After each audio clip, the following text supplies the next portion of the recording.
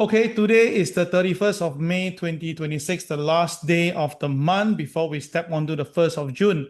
Today is a special Crazy Sunday special whereby usually on and off whenever I see something very important or big news then to discuss, I will come online on a Sunday night to do this. And today's topic will be why June and July of this year could be bad. All right. So this is where I want you to come in and have things to share with you. And of course, make sure that everybody do note that end of the day, please do your risk management. This is going to be very, very important. Yeah. Okay. Just now we stopped for a while because we have Ben on the line. He is here to share something with us, and I heard something to do with Samsung. Take it away, Ben. Yes, the Korean market is going vertical, yeah. Uh, Parabolic, yeah, almost 90 degrees. And what is amazing about the Korean Kospi index is that it's mainly made up of two companies here, Samsung and HK Hynix. Yeah, both of these are in semiconductor. They make chips. Yeah, again, this is part of the AI bubble that is happening worldwide. Yeah, but we see something similar in Taiwan as well, in Japan as well. Yeah, so things are getting very scary. To be honest, I'm I'm freaked out. I'm totally out of the market, yeah. And I'm sitting by the side waiting to buy some gold. Uh, I too have this feeling that the market, I think it's due for a correction and a big correction, yeah, if I may add, yeah. I don't know how deep, I don't know when it's going to start, but I do have this feeling that it's going to correct. And in such a big correction, I mean, if you look through historical data, yeah, it affects gold price as well. Yeah. Doesn't mean that gold is a safe haven. Everybody rush to gold. Yeah. Because in a big correction, yeah, we get margin calls. Yeah. Your account will blow up unless you top it up. Yeah. If the other things are crashing bad enough.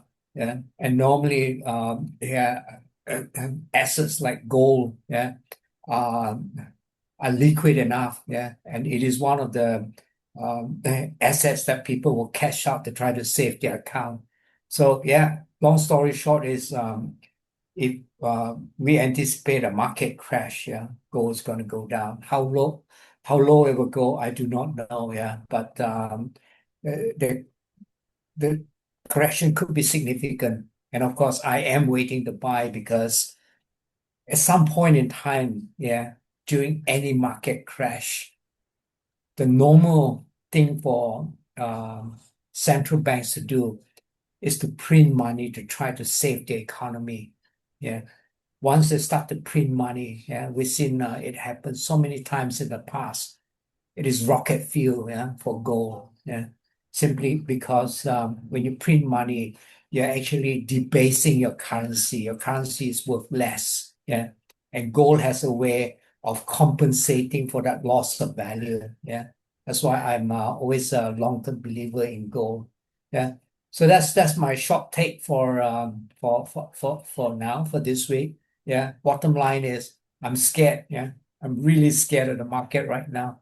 Yeah. And I'm dying to hear what Cal has to tell us as well. Yeah.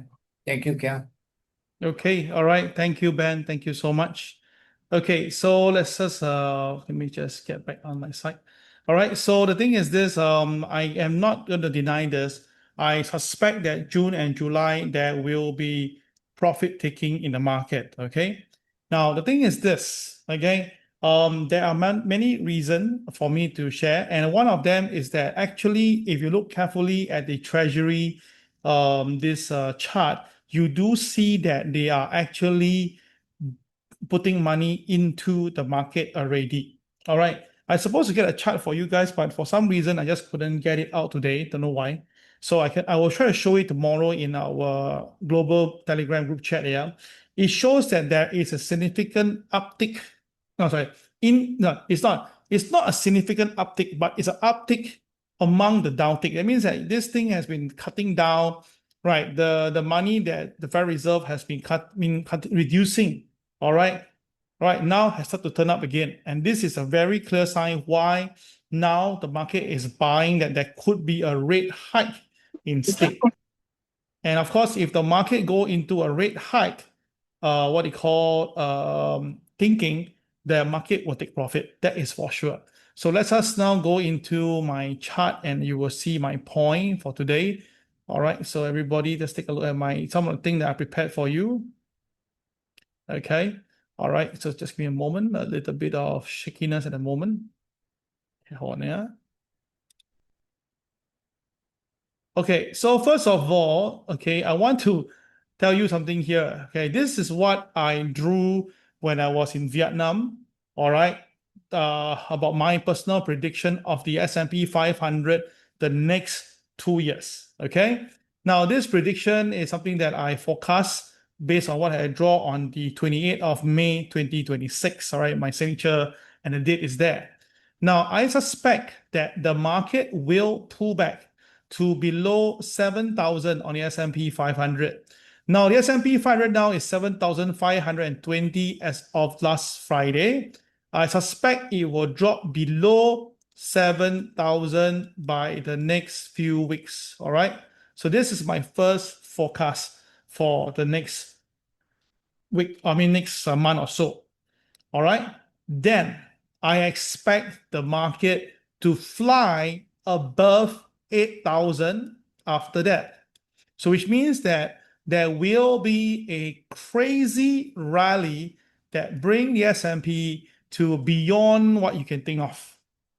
Before we have the craziest sell down you can ever imagine, and I'm going to look at a very fair market of 40 to 50% drop.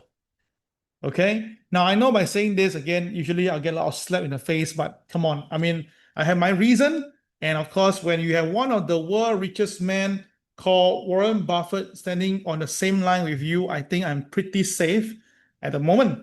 All right. And I'll show you with more details. Okay. So guys, I repeat, now this is not for next few days. This is for the next few months and months to come. All right. So this is actually, let me just draw it properly. I'm talking about this is like in 2020. Oh shit. Let's go. Hold on. Do it properly here. 2026 to 2027. Okay. Now this is for the entire momentum. Okay. All right. So let me explain to you what's my reason in a short while after I take a picture first. Yeah.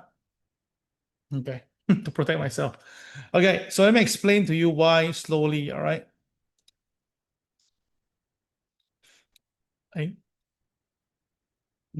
Okay, so this is the Federal Reserve interest rates versus the S&P 500. All right, so you can see how does this work. Yeah, very simple. If the economy is doing well, there is no need for the Federal Reserve to cut interest rate. This one we understand that. Yeah, it's a very simple understanding here. The Federal Reserve will only cut interest rate when the economy needs that. Okay. Okay, so what we can see over here is that back here, this is where they cut the interest rate right back here. All right, let's do a downlining here. Can you see that? Okay, so that is where what happened. Then if you do that again for this period before the Lehman Brothers, that's the period. And then if you do that again for the same time for this before COVID. Okay. All right, so where are we right now? We are actually here. But where the market right now is here. So this is something that we've seen before, because if you look carefully, all right, it happened before back in 2020, the market cut interest rate already. Then the market continued to go higher before it slammed down. Okay. All right. Then of course, this one over here, they cut interest rates. The market still was quite strong before it blew away later part. This one was quite clear. The moment they cut interest rate, the market already before that had reacted and the selling came in. Okay, so some of you say, Kel, but that means that there's three different kind of scenario. So you cannot really think that way. Now, the thing is this. Now, if you focus on turning point alone, of course, this three position doesn't stand. But if you focus on the aftermath, that is the key point. Now, the aftermath is very clear. After the Federal Reserve cut interest rate, all right, the market collapse. Now, the market cut interest rate, the market collapse. They cut interest rates, the market collapsed. So this one has been pretty accurate. Now, of course, you say again, but Kel, different. The last time itself, this happened was during the COVID period. This happened because of the Lehman Brothers. This happened due to the Nasdaq bubble. Dear all, everything happened for a reason, and there must be an excuse. And it's very clear the excuse from the US market is now the current AI bubble. Now, is this an AI bubble that's concerned? No. AI is here to stay. Okay? In my opinion, AI is here to stay. But the one that is detrimenting is the US bonds that's now having the biggest problem. Now, the US bonds, this year, there will be a lot of redemption. And you can see very clearly, US has no means to pay back any form anywhere. And it's very clear that Hassan, right, the guy, has started to speak to Kevin Walsh. And obviously, there was no result or so-called no conclusion from David Hassan's to the Kevin Walsh. But it's very clear the pressure is on. And if Kevin Walsh is to come and tell people that, hey, look, we need to cut interest rate instead, this is going to break the market. Because now the most valuable product in the market now is the stock market. And I can tell you that in all my 27 years as a trader and a trainer, every time market crash, there's always a parabolic run, a 45 degrees to a 35 degrees run. And we can see that in across every country like Japan, Korea, Taiwan. All right, Taiwan recently also got the crazy run. And of course, the SOX is definitely one of the key one that is now at the very crazy level. I'll show you later. So the thing is this, I am very clear that this is a parabolic of 35 degrees. And if you look carefully in the historical chart of the Dow S&P, you don't really see such a steep angle in any of the last 20, 30 years. Look at the chart. Look at the chart. Do you see that? You don't, right? You don't really see that. The closest I can find is this guy here, this range. This is the closest I can find. And this is not even steep enough as compared to the one that we are seeing right now. Okay? So this is something that we need to be very careful. But this is not the one that I'm only looking at. Now, I felt that everything happened for a reason. And let me explain this to you. Okay? All right? Hold on a minute. I'll show you my on Twitter. Just hang on a minute. Okay. Hold on. Okay, so everybody now focus with me and you will notice something that I want to share with you here. Okay, so now if I put the crosshair to the turning point of the market, right, somewhere around here, where the interest rates have to cut, right, you will notice something very interesting. Right, you see the date at the bottom? The date itself is somewhere around 17th of July 2000. Okay, take note of the month, yeah? Now, I move the mouse now to this side here. What do you see, my friends? All right, it's somewhere around 2nd of July. Interesting. Then if I move the next one over here, you will see 1st of July. And I move it over here. All right, you can see 8th of July. Do you see now my point? What is happening is that this turning point is not just a point, it's a date, it's a month, and it's always happening in the month of July. All right. So of course you say that, but that now we are in May. So what do you do with July then? Now you look carefully itself, right? What I'm trying to explain to you is this. Apparently itself, what we are seeing in the world is a cycle. And this cycle tells us that after they cut interest rate, the inverse yield will no longer be there. And then that is where the market will be pressured. So definitely for sure, when Jerome Powell and friends cut interest rate, they already know there's a problem.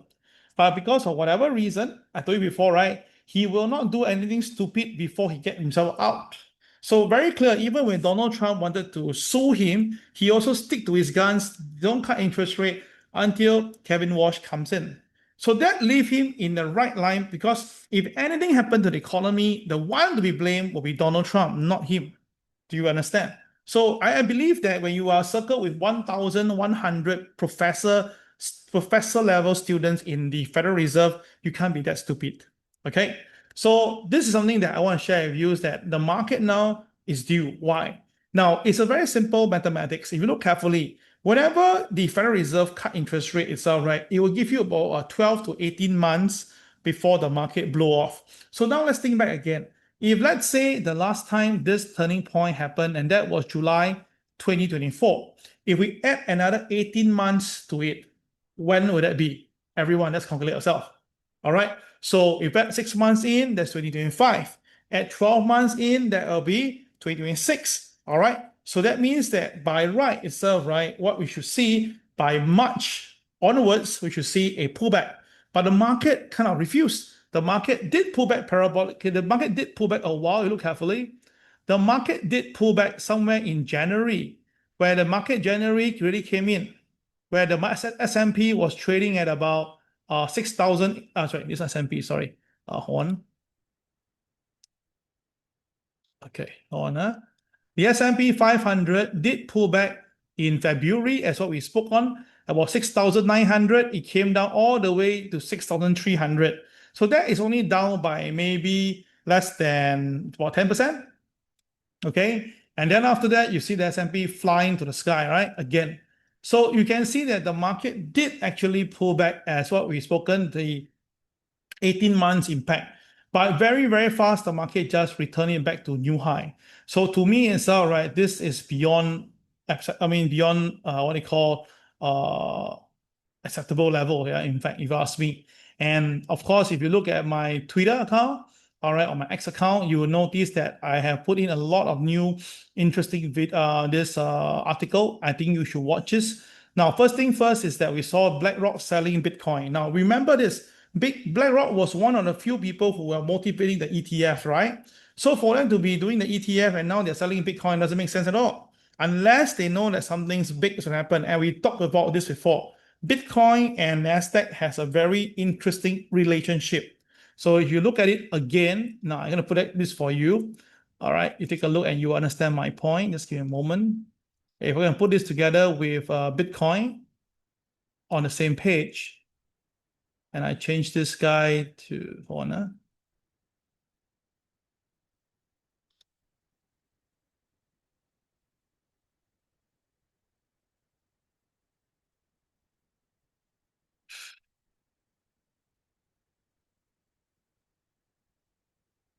Okay, this is S&P. Honor. Okay, I change it to, okay, this is the NASDAQ. Hold on, I take this away first.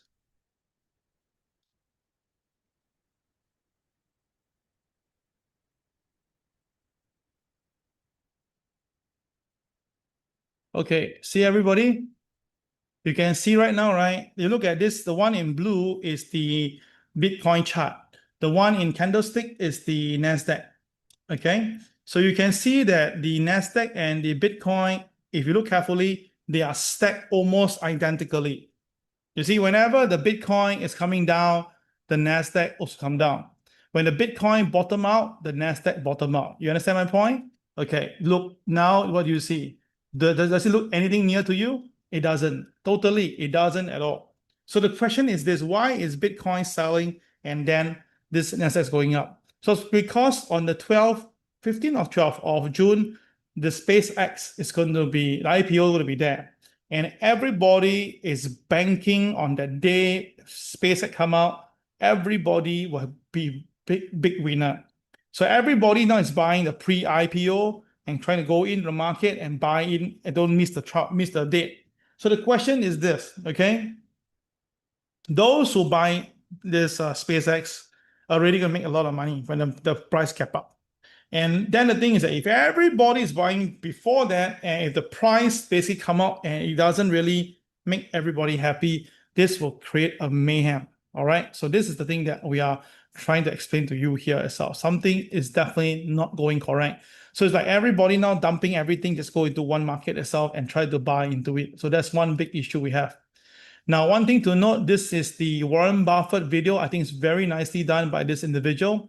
All right, I'm not too sure why my sound can come up, but you can see that if you actually watch this video on my X account, you will watch this on your own and it explains to you that this Warren Buffett has basically 3 times exited before the market crash, and the amount of money and the percentage of crash is between 50, 55 to 35%. So obviously itself now he's at the highest level of his cash amount. So what I expect, the 30 to 40, that is what I'm seeing right here. So not too sure why, maybe my computer have an issue. Go to my CRAZII.com, go and watch this video. It's very, very interesting. Okay.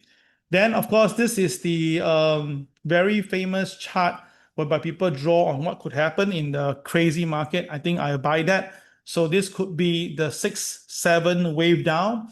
And then after that, from the 7th wave, you're going to go to the highest level as what I just told you, my own personal chart. Remember this chart and this chart here. Now, I didn't see that video until today. Yeah? I draw this on the 28th of May. Then I see the video today, and then I said, hey, it's quite interesting. We have someone in line of the same level. Okay. And of course, what we can see right now, the put call ratio is at 0.64, very low. That means that everybody just want to buy call option. No one want to buy put option. Now, this is where it gets very simple. If the whole world bet on the call option, the premium on the call is super expensive, which you can see right now. The question is this: who wants you to win? If everybody writes to you and a call option to expect to win, and those who write will be insane. So the question is this: if there's going to be a huge amount of people buying call, then obviously someone will not let you win. You understand my point? It's a very simple bookie game itself, right? You should know that if everybody expect this Arsenal to win, the whole world bet on Arsenal, PSG won. You see my point? That is how it works in the real world, because that's where the money is. Okay? All right. So I leave it to you to decide. Yeah. Now, the thing is this, obviously, there are some more people. I mean, we don't know who are these people, but they have a pretty good record. So we just have to follow them, and they've been making money. And of course, you can see right now, the market is maxing out. The hedge fund now have flipped their position from the short to the long. Now, this is crazy when you actually see hedge funds also going long in the market. Oh my God. So the question is, if the whole world is going long, then who's going short? That's the question. So that's why I think that we're going to see something big happening. And of course, we know that right now the Buffett indicator has hit the historical level at 234%, never seen before. Okay. And on top of that, the Schiller P index ratio now is at 42. Now, I've never expected this to see this number. I mean, back then when we were here, I think we were very, very high and we called for it. The market came down, we make some money. But after that itself, oh my God, the market went new high. In all honesty, this Nasdaq run, I only caught halfway. I didn't catch a whole run. I kind of kicked myself out of this, but I should have been no better. Now, guys, remember I did say about this year and next year, it's a fire element, and fire element belongs to technology. Now, for CRAZII, we are also moving into technology. We are really now into AI now. Very, very soon, maybe you'll see me as an AI person. Okay. All right. So the thing is this, the Nasdaq bubble will not burst. Remember, this coming pullback is a pullback of technical. It's not even a real pullback. The real big one is maybe in October this year or next year. So please don't forget that. Yeah, this is just the sell off that we want to make some money from there. And I also don't want you to be caught by the market, because I know some of you are banking very heavily in the market right now, and you're asking me why am I not on board, and I tell you that my reason is very clear. So I just want to be mindful that I am not expecting a get out market run. I expect a pullback, then a base out, and then a major rally before the selling. So there is 3 waves to go. All right. I'm not calling for the ultimate sell yet. No, it's not the time yet. If you want the ultimate sell, it should be next year, or maybe the peak should happen around October this year. Now, October this year, 2026, maybe we will see the peak. Maybe, or I don't know. I'm just giving based on my past experience as a trader. Okay. All right. We will do that later on when time really allow. I mean, when we are pretty sure of that. Yeah. Okay. So let's go back to my Twitter account.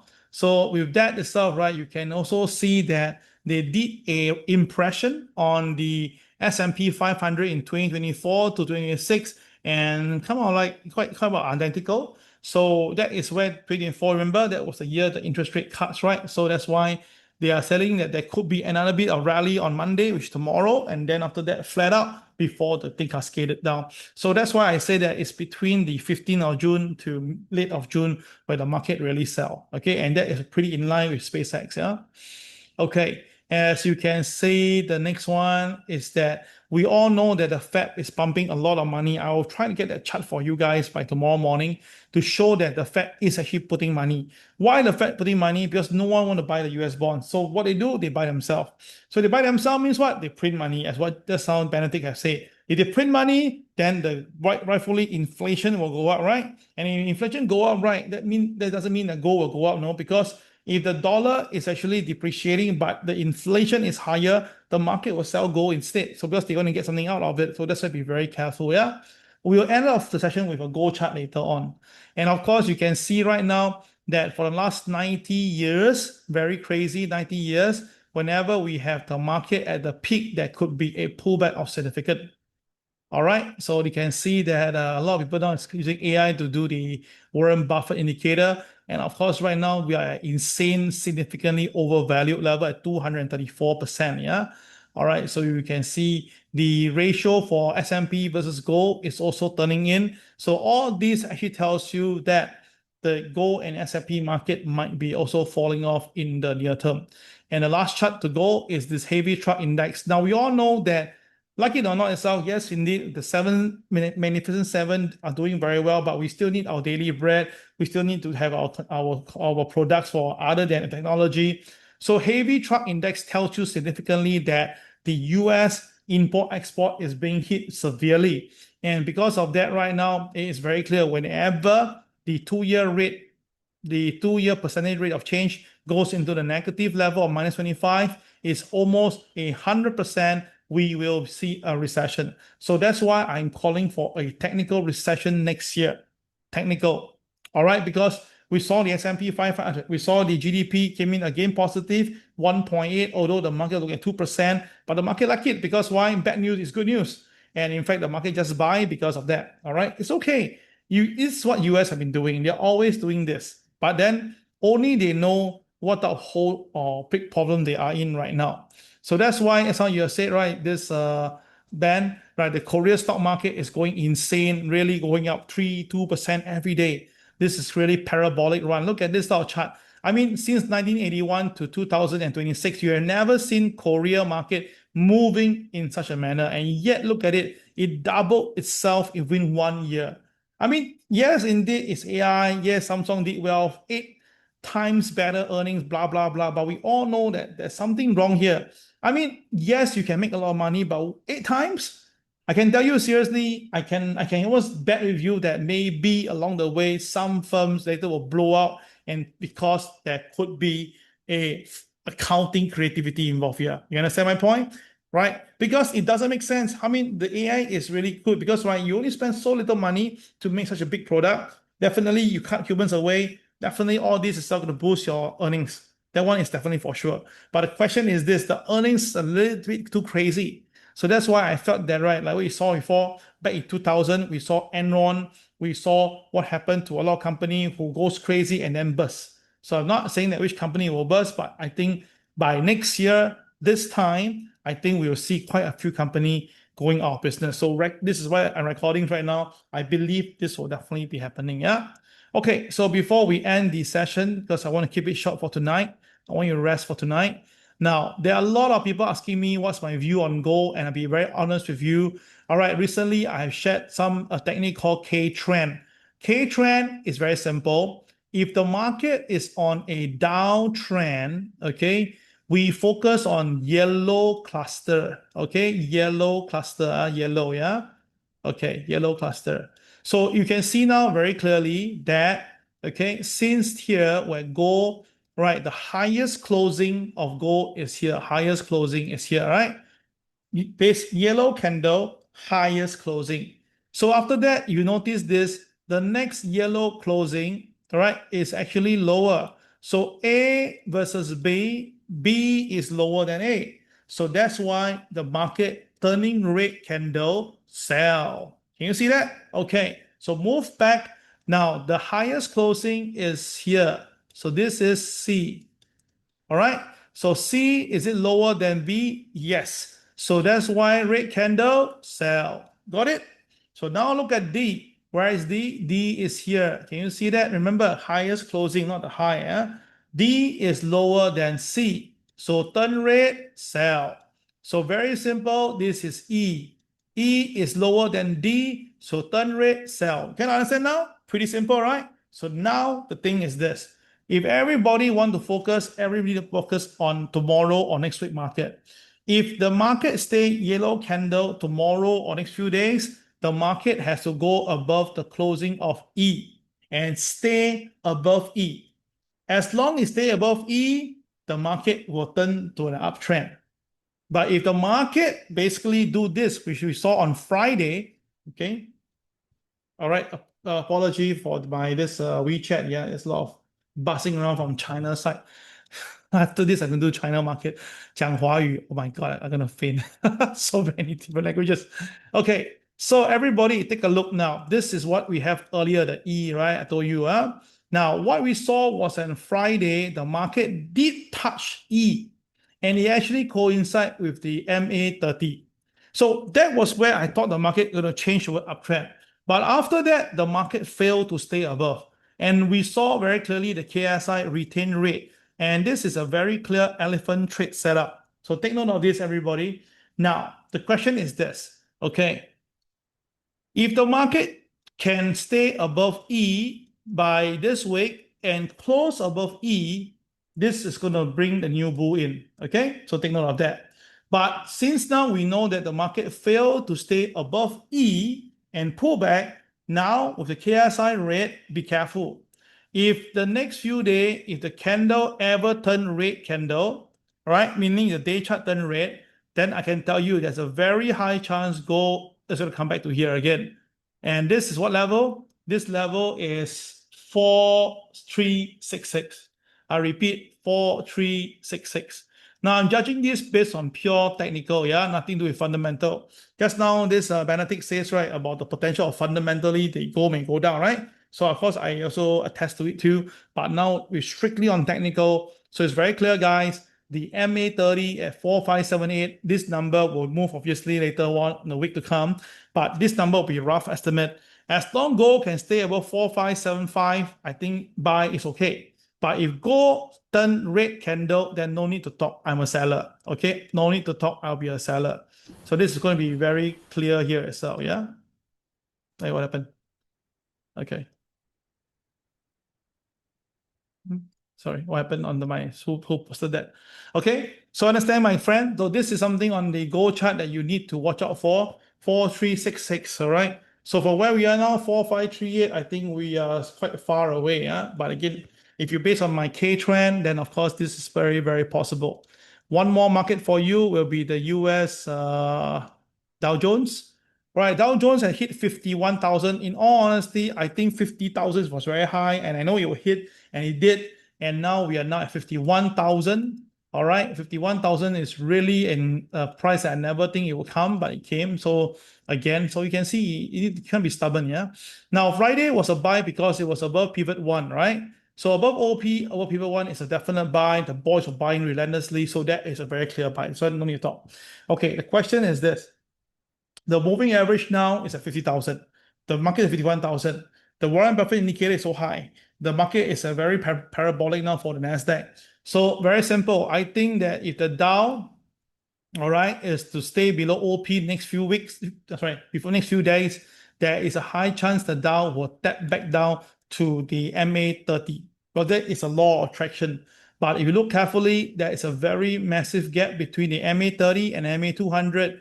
So if the market can stay above here, no problem. If the market fail, then there could be a slight powerful drop back down to 48,000.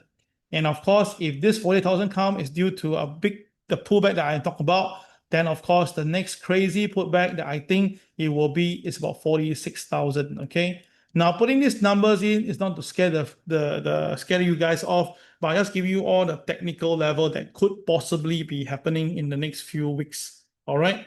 Now, again, I say this is something very crazy. And if you actually look at what Tom Lee says in the video that he said last 2 days, he did say we expect the market to have upside, but we do expect a bumpy second half. And you should know he did call for S&P to hit 7,600, and he's now very, very close. And when he called for it, only 6,800. I mean, this guy definitely is in the blue eye boy territory, meaning the boys really love him, and they are definitely feeding him with a lot of incredible information, if you ask me. And this tells you a lot, yeah. And you can see the Nasdaq now. We have a lot of this. The Nasdaq now is actually, sorry, I can't allow questions to be asked. This is a video recording. So the question is that right now you can see that the Nasdaq is pushing up, but the body is getting smaller and smaller. Now, usually this is a very telltale sign of a bit of weakness coming in. So I am looking at the market to pull back for the Nasdaq back to the MA30. From where we are right now to 29,000 is one, but the crazy one is here. The one that I'm looking for is this. This is going to be a big drop here, almost 3,000 points. And I think that is very possible if you see SpaceX doesn't perform well or not to the expectation of people. Now, do note, yeah, if you actually look into SpaceX prospectus, SpaceX itself is not a pure space exploration company. It's not, yeah. So a lot of people are buying it wrongly. So if they were to know what is SpaceX doing, then maybe this will decost away from the current valuation. Okay. And I think that's something you must take note. Jeff Bezos just spent a lot of money to fly his Blue Origin to the sky, but before the thing actually fly off, the thing exploded already. And oh my goodness, it's a ball of fire. But fortunately, no one got hurt, but the money spent was really insane. And this happened before the SpaceX. So I don't know what to say about this. Is it a sign before things happen, or is it because what this Elon just replied to to Jeff Bezos, rubbing in and say, "Rocket isn't easy." I mean, yeah, I know, but it sounds so. You just need to shut up. That's all I can tell you. All right, so guys, thank you very much for this evening. I hope you understand what I'm trying to say. I'm not trying to downside the market. I don't think we should do that. We should always follow the crazy rule, follow the OP rule. But then again, with the market now at the insanely high price, I think we need to be very, very careful. Okay. All right, guys. Tomorrow goal, you should know what to do. Follow the OP rule. Follow the colors of day chart. You should know what to do. All right. What is a good point to buy gold? Well, Terence, as I said before to you, I think you caught a very good gold price at a low price. You should take profit. If the price comes back down 4,366 below, anything below 4,366 will be a better level. Okay. All right. Those who buy gold, congratulations. I think tomorrow will be a good day to take some gold profit. Okay. That's my personal view. All right. But of course, again, if the gold stays above the MA30, then everything is swept away because that means the gold is going to go up. Okay. Take care. Thank you very much. Thank you, Benedict. Thank you once again, everybody. Have a good night rest. The recording will be ready by tomorrow evening. Bye-bye.